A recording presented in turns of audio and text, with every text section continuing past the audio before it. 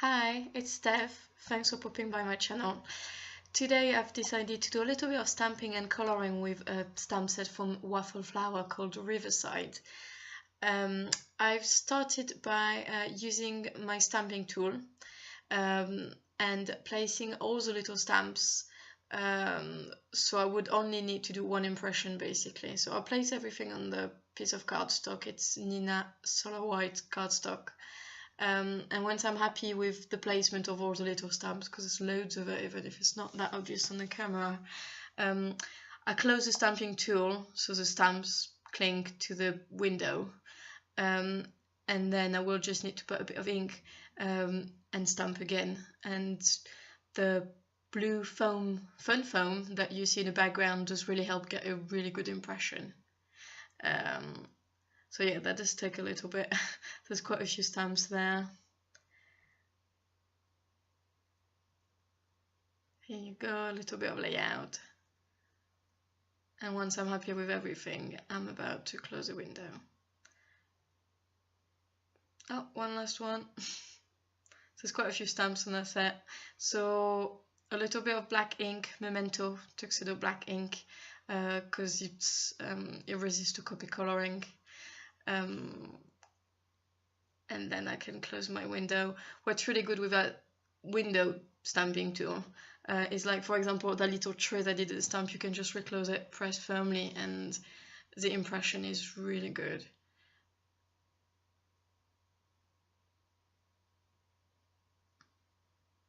So for this card today, I used a few of my Copic markers. I have a mix of sketch and chow. I don't have that many, so I do what I have.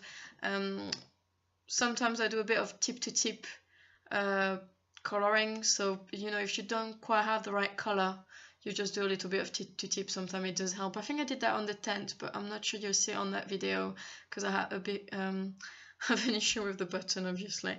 But the image is much better than my last video, so I'm already happy with that. I hope you too.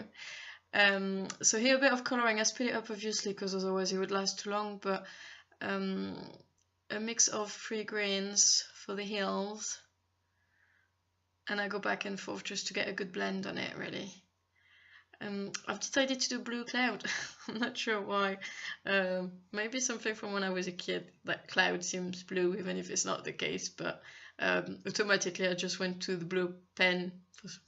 It's just how it is, but I think it works okay.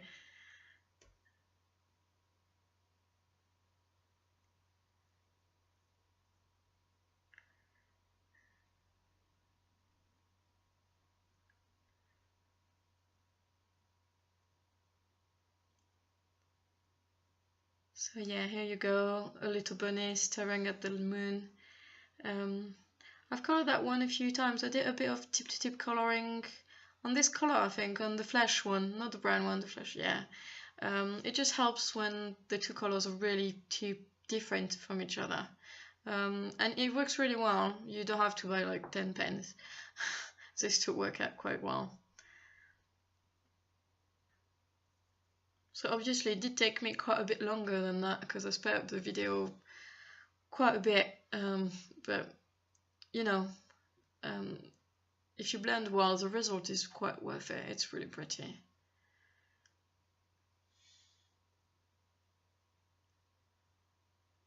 I find myself watching me coloring when I've done it earlier today.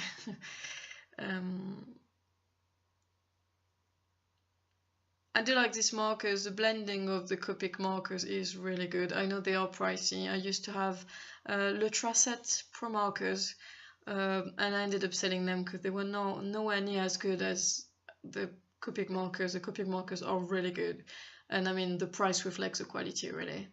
I've not had mine very long, but I hear that they last quite a while. It depends probably how much coloring you do. I don't do that much because I do a bit of coloring and a bit of watercoloring, so they hopefully will last me quite a while.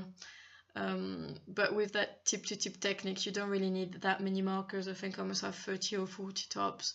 And I got lucky, I found some used one online, so I didn't even buy brand new ones. They do last quite well, even used ones, if people take care of them.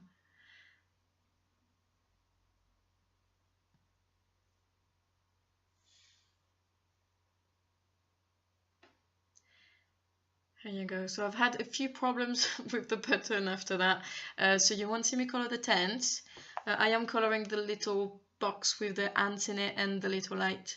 But you won't see the tent. You will see it once it's already colored.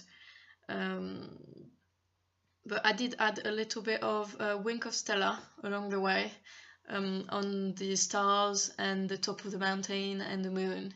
And at the very end, you won't see me do it, but you can see on the close-up of the card, the finished card, I've put some glossy accent because I really like the effect it does, particularly on this little glass jar and on the lamp. It really pops. It really is nice.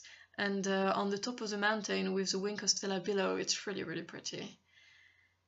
Here you go. Here's the tent. So I think you can see a little bit of reflection on the glossy accents. So I hope you liked it, and thank you very much for watching, and have a good day. Bye!